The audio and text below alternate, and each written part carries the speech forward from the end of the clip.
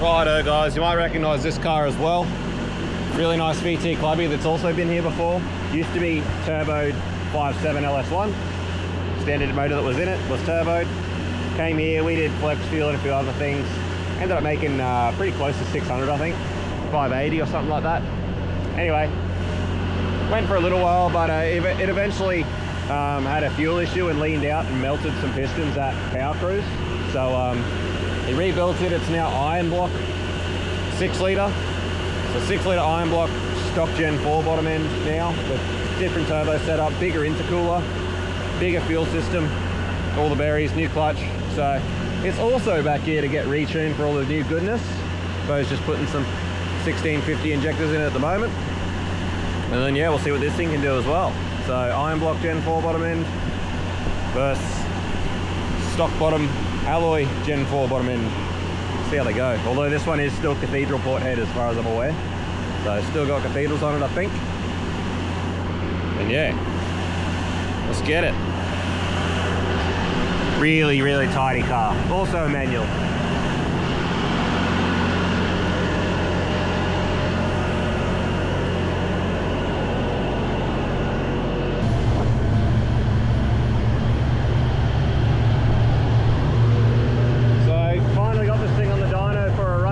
Alright guys, so far looking good, didn't film any runs then, but Rex is getting to the bottom of it. So this is a really good example of what I've been talking about us changing our, or why I should say, why we have changed our charging, how we charge for the work we're doing. So like I've talked about before on previous videos, we're going away from flat rate tunes for this reason. Now, this is on an OEM PCM. But even a Haltech with their fuel film model and a lot of the other things, a lot of the other aftermarkets are going the same way, where the way that they model their fueling is very intricate and absolutely reliant on injector data and how good your injector data is. So how accurate your ECU is controlling your injectors is based on the data that you input. If you're out a long way, it's going to affect everything. And it's always been the case for factory PCMs because OEMs figured this out 20 years ago because they've got millions and millions and millions of dollars to R&D this stuff. And it's sort of just now that the aftermarket is really starting to catch up. Things like Motec with the X-Tau fuel modeling and that sort of thing this has always been the case. But even the way Haltech's going now with their new fuel film model, it's just getting more and more and more important to have good injector data the more, or I suppose the further that the aftermarket progresses. And this is a great example where they're not bad injectors by any means, but they don't come with super accurate data. And for that reason, Rex has had to spend heaps and heaps of time getting the injector data right in the ECU so that it's modeling correctly.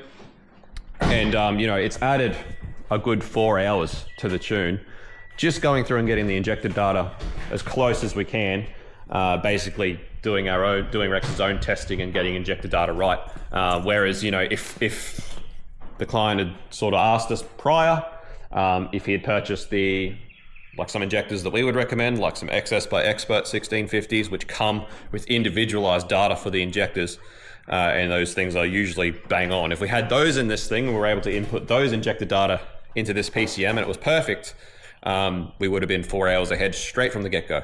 And this is why we're going away from flat rate tunes, for the sake of this exact what's going on here. It's not fair that the person who talks to their tuner and forks out, you know, $2,000 for the right set of injectors pays the same amount of money as the person who buys the cheaper injectors that don't have the right data for the tune, when realistically it costs us an extra sort of 4 hours to do it. It just doesn't make sense. It's not fair, and it's the way that we can sort of work towards people being more vigilant about what they're purchasing for the vehicles and talking to us about it. So the turbo ute behind us, which will be in this video a bit later, those are XS by Expert 1650s. They have perfect data, and it will take us probably half the time to tune that, flex tune that car as it will to flex tune this car for that reason. So not a dig at anyone, you know, I'm not taking a dig. It's not, you know, most people don't understand because they don't tune cars. You know, they buy the injectors they think are good. They buy the injectors that the shop recommends them to buy to sell whatever they want to sell. But you really should be talking to your tuner about what they recommend you buy. And even if it's $2,000 injector, if you're going to fork out and pay for that money, you should get a cheaper tune than the guy who doesn't. And that's how we're going to make it fair, and that's why we're going to hourly rate tunes for this reason. So anyway, I digress. I just wanted to make sure that was very clear and that was very well explained, because we've got a really good example here between these two cars, which will be in the same video. So needless to say, it is getting there. Obviously, it is something we can do. We can work around it. It's just that it takes longer. So expect to pay more if you're going to buy the cheaper option, I guess. Doesn't mean they're a bad injector. It just means that we can't get really good data for them. We've got to come up with it ourselves. But it's going well. It's making good power. What Rex was just talking about, the way it's trending, where we want to end up with our power on E85, because it's still only on 98. For the duty cycle, Rex has got to put into the boost controller and how much boost he reckons we're going to want on E85 to make the power we want to make. We're going to bite the bullet and put an extra gate spring in it, because we don't think it's going to get there with the current spring setup, because we've got too much duty cycle in it just to get to where we are. So we changed the gate spring so we can get a bit more boost into this thing with having to put less duty cycle into the controller. But you know, apart from that, this thing's going really well. It's making good power. It seems like a pretty happy combo. And yeah, here we are, like 540 horsepower on 10 pound. 10 pound at 540 horsepower. That's pretty good power on 98. So looking good. I'm a big fan of this car. I think I already said this in the video, but I do really, really like this car. I love the color, love the wheels, love the setup, even love the Ford bonnet on it. It looks really good. Oh yeah, cruising along, getting there. All right, so Rex is saying the other issue we've got is this thing is set up with two 525s. It even has two indicator lights on the pillar. So because this thing had a fuel drama with the last engine and melted, he's been really careful and done a really good job at sort of making sure that he can completely monitor exactly what the fuel system's doing. And he has got two LED lights, one for each pump, which actually tells him when the pumps are on or off, which is really good. But I digress. The issue we're having, Rex is saying, is looks like the regulator's too small.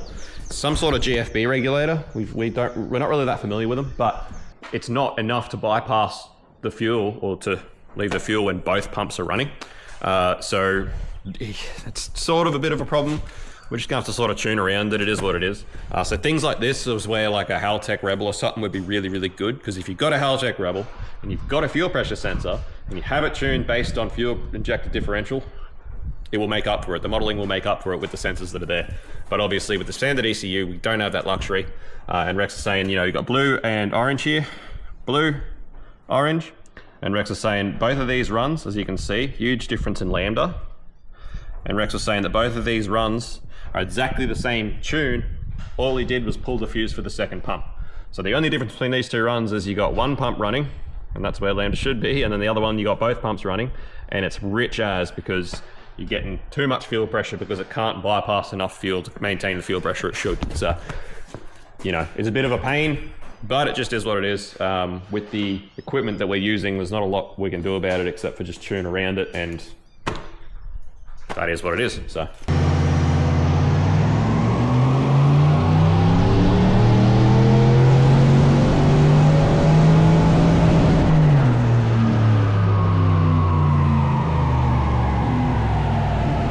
Alright, so Rex has just adjusted the hob switch that activates the second fuel pump and just changed it so that it activates a bit higher up in the boost area. It was activating a bit early, and given the issues with this regulator not being able to regulate when both pumps are activated, we're just going to only activate it after we really need it, which is about that 12 pound now. So keep on going on the E. How is it going on E?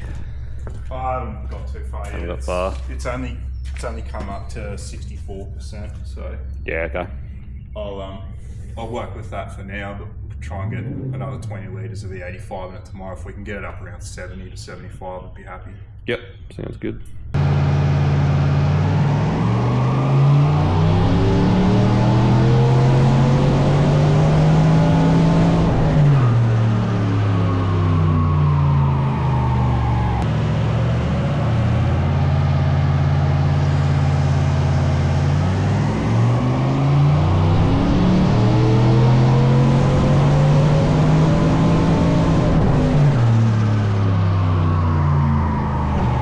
Pretty much going to be it. 776. That's basically your dyno sheets with different boost settings and different ethanols with the different boosts. But yeah, 776. As you can see, this tacho is pretty accurate, and each one's coming back a little bit more, so probably is getting a little bit of tire slip. But yeah, for roller dyno, 776, stock bottom 6 litre iron, Gen 4. So yeah, Gen 4 stock rod, cast piston, iron block. stock. And yeah, that's a pretty good result. Happy to sort of leave it there. We don't really want to try and push it much harder than that. Everything seems happy enough there, and yeah, it's all responding well. This new intercooler has got on here is really good. IATs are really nice and low. Intercooler's working awesome. So yeah, happy days. That's this thing pretty much sorted. So Rex just going to do a little bit more steady state stuff and just check a few more things. But yeah, that's pretty much this thing done and dusted. Move on to the next. Righto guys, so just a bit of information about this combo before I do move on to the next one, because I know there's going to be a heap of people in the comments that are going to ask a heap of questions, because I think we will most likely make more power on the next one, even though it's alloy block, not iron. And I know I just know there's going to be some people in the comments that are going to be talking about it. First things first, hey Rex, is this a 1200 or a 1450? I believe it's the 1200. Yeah, so pretty sure this is the G42 1200 compact version. It does have the big rear though, the 128. Yeah, so 128 T4 rear, which is usually pretty good. The VE map is indicating that it is getting to like right at the top end of where we're at. It is starting to get to a point where it looks like VE is starting to drop off, which would indicate that we're starting to run into issues with back pressure. You know, the back pressure is building and starting to drop VE off more than it should be, and creating a little bit of a hole in the VE map, which is a telltale sign. But regardless, you know, I don't know that this turbine setup would take a heap more than we're going. To that, I don't think it is. I'm not convinced that is, because these turbos can do 1,000 wheel on a 6 litre. I wouldn't go making any assumptions like that until you had accurate fuel pressure stuff, because I'm not convinced that this reg is happy. So, well, yeah, that's the other thing. We're like, this fuel system's been done really well, a lot of attention to detail. The owner's done a really good job of it, but we do not like this reg. It may not even be the reg, but for some reason, it just seems like there's something in this fuel system that's not super happy or not doing exactly what it should be doing. It appears as though the rising rate part of the regulator is not working properly. Whether that is the regulator or something else in the setup, can't say. So don't shoot me about it, but yeah, it's not super stoked. But anyway, so it's a G42 1200 compact, stock bottom Gen 4 6 litre with truck heads. These are cathedral port heads. Because it is standard Gen 3 PCM and flex fuel, we are limited to a 2-bar map sensor, because the only Gen 3 OS that supports flex fuel is from a Tahoe, I think. 2000 and something Tahoe. 2002 Tahoe is the only Gen 3 PCM OS that will support flex fuel, and it is limited to a 2-bar OS. So 2 bars all we've got to play with. So that like 14 pound, 15 pound that we're getting to, that's it. There's no more map sensor. So that's why you probably see that, you know, this got pulled up where it did, because essentially with being the fuel situation we were at and being out of map sensor, all that was left was to throw timing at it, and being a stock Gen 4 rodded LS, you know, the more cylinder pressure you make, the more you reduce the fatigue life of those parts. They are stock Gen 4 rods. They do copper beating, but they do have a fatigue life, and we don't know anything about it. It's a stock bottom truck motor. So, you know, it's one of those things where it's always walking that fine line, walking that edge. Sure, they'll make 1,000, 800, 1,000 horsepower. For how long though? You know, so we were pretty happy to pull it up where we did. That's why we pulled it up where we did, and that's the limitations we were working with, and that is the setup. So, like we talked about, this intercooler is working freaking awesome. Like Rex reckons, there it is. It's a big PWR cooler. So Rex was saying that on a lot of them runs, he's only seeing like 4 or 5 degrees. Maybe 7 or 8 at high boost. Yeah, so 7 or 8 degrees at high boost change, which is insane for something like this. Normally something like this with just like a cheaper Chinese intercooler, we'd be seeing like 25 degrees of difference from when you start to when you finish the run. Rex reckons this thing's, yeah, maybe 7 or 8 degrees on high boost at 14 pound, which is moving a fair bit of air, which is really impressive. So it's still got the same cam in it as last time, which is the Crow Cam's 1249. We are a big fan of this cam. It is a nice little cam, but yeah, still cathedral port, and that's that. So the difference between this and the next car's Gen 4 PCM, which the flex fuel, there's a lot more room to move. There's a lot more tunability in the flex fuel system in the Gen 4. That Gen 3 OS is pretty rigid, which is why when we don't have perfect injector data, it does take a long time to get right, and we have to do a lot of checking. Gen 4 is a bit more forgiving in that sense, plus that one's got really good injectors in it, which just makes it easier for us. But it's a G42 1450. It's got a slightly bigger cam, it's rectangle port, and we've got more map sensor to play with. So for everyone that's wondering potentially why This just got pulled up where it did, and that one we probably push a little bit harder, not heaps harder, but just a little bit. That's why. So slightly different setups, but still both manual, turbo, Commodores on E85, both really nice setups, both cool cars. Anyway, we'll move on to the next one.